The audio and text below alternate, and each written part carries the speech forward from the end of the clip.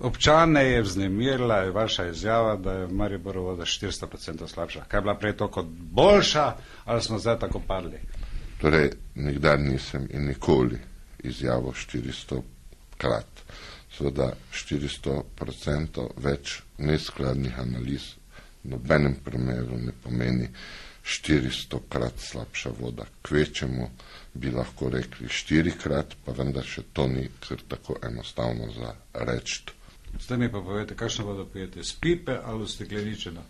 Torej, v vsakem primeru je tudi takšna poslabšana voda iz sistema mariborskega vodovoda boljša kot tista iz plastenke, ker je ta voda iz pipe sveža voda. Plastenke nikoli ne more biti sveža voda, je lahko samo mokra voda. Urbanski plato potrebuje osvežitev. Kaj to pomeni? Ja, žal, Urbanski plato smo začeli graditi tam že 60. leta.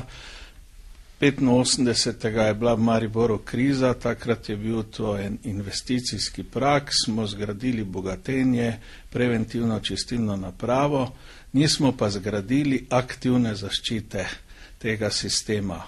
Kaj pravzaprav pomeni aktivna zaščita? Aktivna zaščita pomeni izgradnjo vodnjakov med mestom in med obstoječimi vodnjaki, ki bojo preprečevali dovod onesnažene podtalnice izpod mesta proti vodnjakom.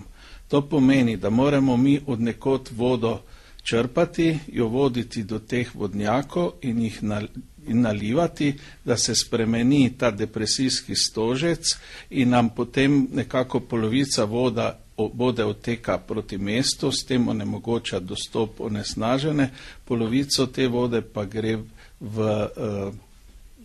nazaj v te vodnjake. Pa ima mesto dovolj denarja za to? Ja, trenutno zdaj zagotavljamo odkup prepotrebnih parcel za ta sistem.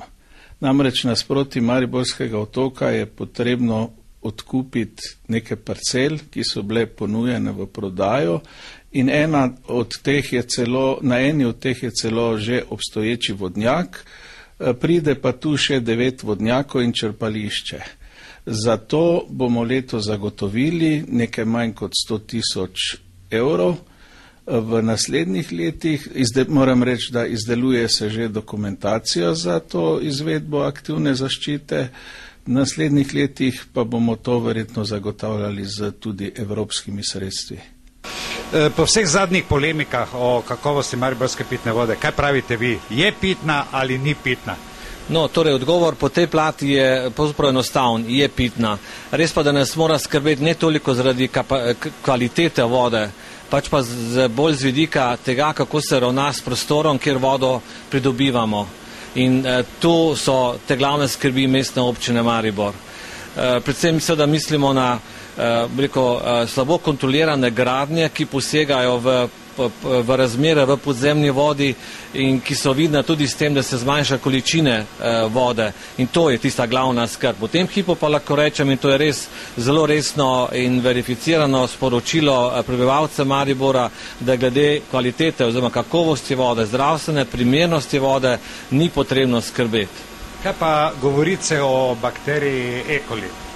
Glejte, to je lahko klasična kontaminacija, torej v vseh tistih sistemih, ki so slabo kontrolirani in tu na tem mestu so pravzaprav najbolj na udaru zasebni vodnjaki, lokalni vodnjaki, tisti, kjer pravzaprav tem upravljavcem, tem malim upravljavcem zmanjkuje ali pa sploh nimajo denarja za vzdrževanje. Veliki sistemi, kot je Mariborski vodovod, pa so pravzaprav po tej plati najbolj zanesljivi. Morda seveda ljudi skrbi, ker se mestno jedro, torej voda v mestnem jedru ne klorira, ampak to je vendarle pravzaprav ambicija vseh upravljavcev v Evropi, da se voda čim manj klorira, ker to kloriranje sicer po eni strani zagotavlja dezinfekcijo, se pravi mikrobiološko varnost omrežja, po drugi strani pa se s tem uvajajo snovi, ki tudi niso v zdravju koristne, bom rekel. Se pravi, Mariborčani ne pijemo klorirane vode?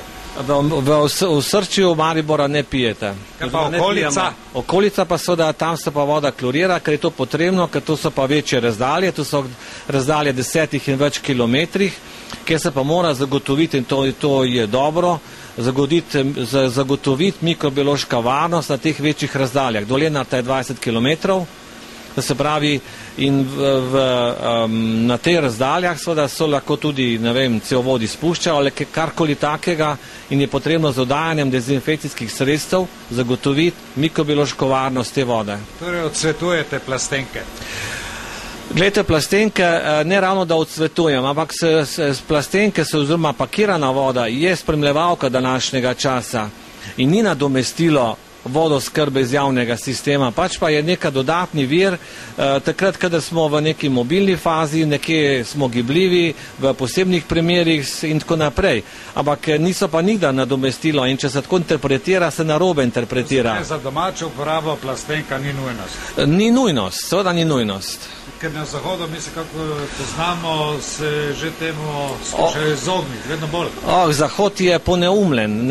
Kot primer v Nemčiji dobite že tako imenovani dvojni paket, kjer najprej pijete visoko mineralizirano vodo, zraven je v paketu je pa voda, ki ima malo mineralov, da tisto prvo splaknemo. To je čisto poneumljanje potrošnikov. Skratka, upajmo, da ne bomo šli tako daleč.